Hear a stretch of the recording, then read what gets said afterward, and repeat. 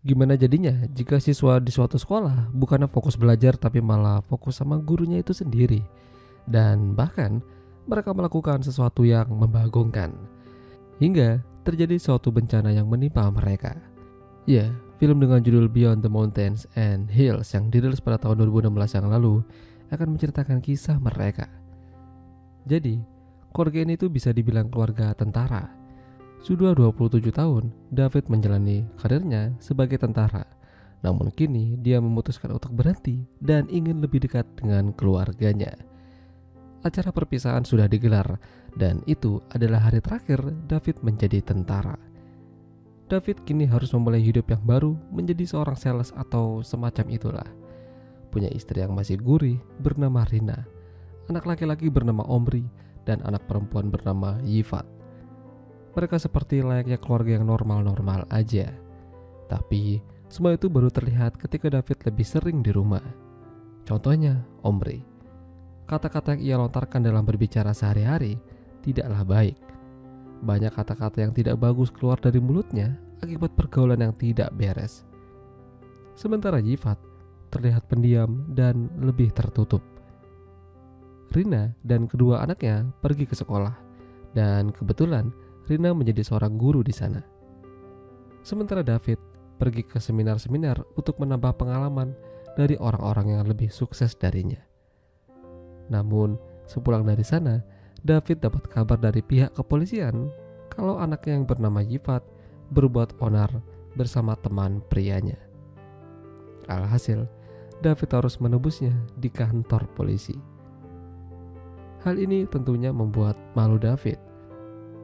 Secara dia adalah mantan tentara.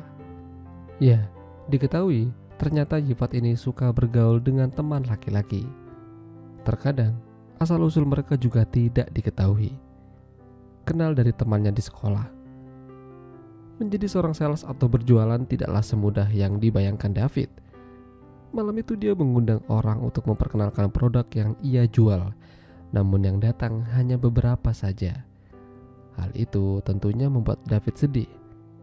Saking kesal dan sedihnya, David pergi menyendiri di pinggir bukit sambil beberapa kali menembakkan senjatanya. Dan esok paginya, ketika David mengantarkan Yifat ke sekolah, dia melihat banyak polisi dan ambulan. Katanya, mereka menemukan seorang pria terkena tembakan dari arah pinggir jalan semalam. Untungnya, pria tersebut masih hidup. Seketika itu, David jadi agak panik. Jangan-jangan semalam pria itu terkena tembakan yang ia lepaskan. David malam itu pergi ke lokasi tembakannya dan buru-buru mengambil sisa selongsong peluru yang terjatuh di sana. Sementara Rina yang baru habis pulang dari rumah teman, malam itu tidak sengaja ketemu sama salah satu muridnya. Namanya adalah Virus. Mereka ngobrol satu sama lain sampai akhirnya Virus menyadari kalau gurunya itu masih mantap. Bahkan dia juga mengatakan kalau Rina itu manis. Ya, sungguh membagongkan. Alhasil, Rina jadi malu-malu kucing. Kala itu di sekolah mereka sedang diadakan simulasi bencana. Namun pandangannya Rina tidak bisa lepas dari Virus yang juga menatapnya. Kira-kira apa yang ada di dalam pikiran mereka ya? Lalu setelah itu terjadi sesuatu yang membagongkan. Rina mengajak Virus ikut dengannya. Awalnya mojok biasa, lalu berakhir di medan pertempuran yang sebenarnya. Ya, permantapan. Saking excitednya, Virus bahkan mengabadikan momen tersebut di HP-nya. Sementara itu, Yifat terlihat bersama teman-teman lakinya. Dia dibawa ke sebuah rumah, semacam perkumpulan orang-orang yang akan mengadakan rencana. Yifat merasa tidak nyaman dan memutuskan untuk minta diantarkan pulang. Ya, beruntungnya dia tidak diapa-apain. Suatu hari, David dipanggil oleh pihak polisi. Mereka ingin menanyakan beberapa hal terkait anak perempuannya dan aktivitas yang ia kerjakan di luar sekolah. Jadi, pantauan dari sumber mereka, Yifat ini berteman dengan buronan yang mereka cari. Semacam aktivis gitulah. Jadi untuk melacaknya, pihak polisi meminta David bekerja sama untuk mengawasi Yifat. Bahkan, Rina juga merasa kalau teman-temannya Yifat ini tidaklah benar. Dia harus selektif memilih teman. Di zaman sekarang, apapun serba cepat tersebar, termasuk berita dan info-info lainnya. Ya, salah satunya video. Kala itu, beberapa siswa melihat video yang sepertinya bagus.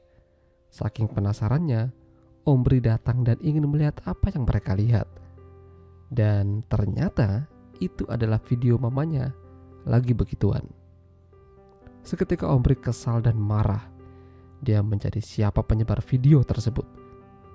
Bahkan, di dalam kelas pun, Rina menjadi bahan olok-olokan oleh siswanya sendiri. Dan Virus sepertinya tidak bertanggung jawab atas perbuatannya. Dia santuy-santuy aja. Ketika pulang sekolah, Omri diam-diam mengikuti Virus dari belakang. Ketika ada kesempatan, dia ngambil batu besar dan menempelkan batu tersebut ke kepala Virus hingga tersungkur.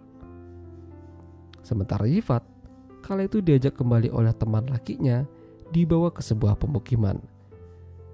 Dia lalu ditinggalkan sendirian di dalam mobil. HP-nya berdering seperti ada yang menelpon. Namun tidak ada yang menjawab. Yifat lalu panik dan takut. Udah gitu, dia ngeliat ada bapak-bapak berdiri tak jauh dari lokasinya. Ya, jadi usut punya usut. Sepertinya Yifat ini bakalan diberikan oleh pria-pria hidung belang. Beruntungnya, Yifat bisa kabur dari sana. Rumah tangga David dan Rina makin kesini makin gak terkendali.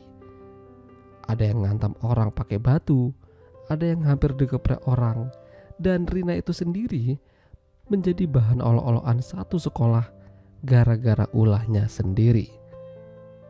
Dia meminta maaf pada David apa yang telah terjadi.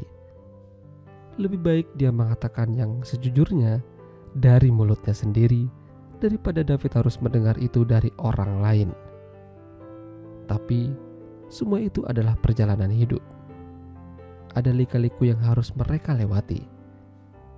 Mereka saling memaafkan dan terus berusaha menjadi keluarga yang utuh meskipun banyak cobaannya.